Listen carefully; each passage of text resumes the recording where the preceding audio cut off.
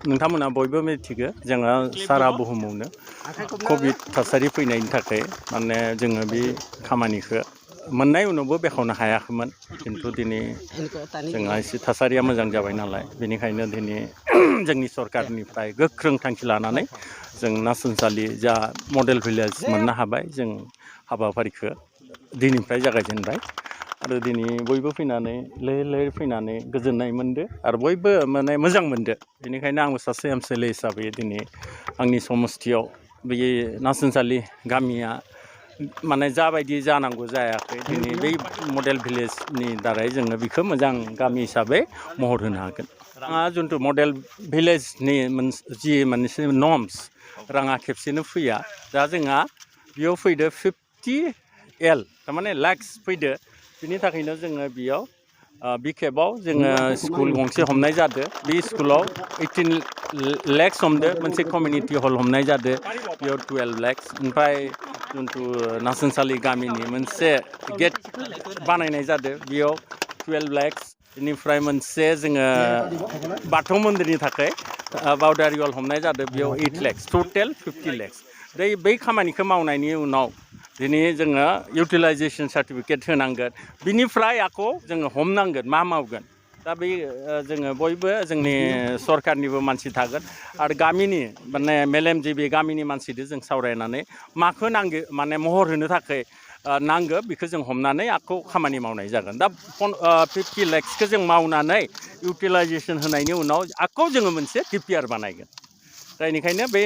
खेबाव जोङो मोनब्रै बे एस्टिमेटखौ लानानै दिनैनि बे हाबाफारियाव जों बेखेवनाय जागोन दिनै जोबोद जों गोजोननाय मोन्दों आरो आंबो नासनसालनि गामिनिनो सासे थागिबि सुबुं आं सिगांथाराव असम सरकार बिटिआर सरकारखौ आङो धन्यबाद होदों साबायखर जासिदों मानोना नासनसालि गामिया गोबां गोग्लैसोना थानाय मोनसे गामि बर' गामि आरो बेयाव बर' गामि होनना बुङोब्ला हयथ' भुल जागोन बेयाव जोङो मिक्स दङ बर'फोर थाबाय आसामिसफोर थाबाय आदिबासि थाबाय नेपालिफोरबो थाबाय खाथि खाला गतिके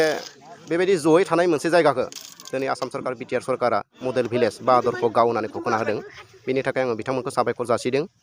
दा नंगौ दिनैनिफ्राय 2 बोसोर सिगाङाव बे घोषणा जादोंमोन नाथाय कभिड पेन्डेमिकनि थाखाय माखासे खामानिया सरकारि भाबैबो आरो माखासे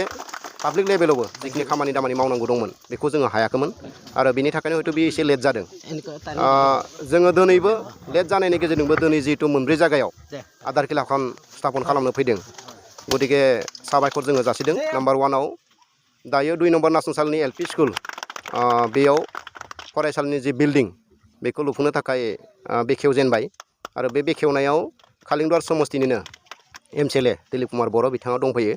आरो हरसिंगा सार्कोलनि SDC बायदियाव बिथाङाबो दंफैयो लोगोसे सरकारि आरो बेसरकारि लोगोसे राजखान्थि हान्जानि गोबां दैदेनगिरिफ्रा बेयाव दंफैयो गतिके बिथांमोनखौ जोङो गामिनि जानानै साबायखर जासिदों दिनै आधार किलाया जागायजेनदोंसो आरो माखासे खामानि थागोन गतिके बे माखासे खामानिखौ जाहाथे सरकार भाबै जोङो मोननो हायो आरो खम समनि गेजेराव जोङो लुफुंनानै होयोब्ला गमामायैनो जोङो गामिनिफ्राय गोजोननाय मोनगोन आरो मोनसे खोथाखौ आङो बेयाव बुंबावनो नागिरदों दिनै सरकारा जोंनो जिखिनि सुबिदाफोर बेखौ बानायनानै होगोन बेखौ नायनांगौ बेखौ रैखाथि रक्षनाबेक्षन होनांगौआ जोंनि दायथ' जागोन आरो सरकारा बेखौ मडेल भिलेज बा आदर्श गाव हिसाबै घोषणानै होबाय खिन्थु गामिनि रायजो राजाफ्राबो एसे मडेल जानांगोन खारन रायजो माने सरकारा बा अफिसारफोरा सानफ्रोमबो जोंखौ बेयाव खहाय खालामबाय थानाय नङा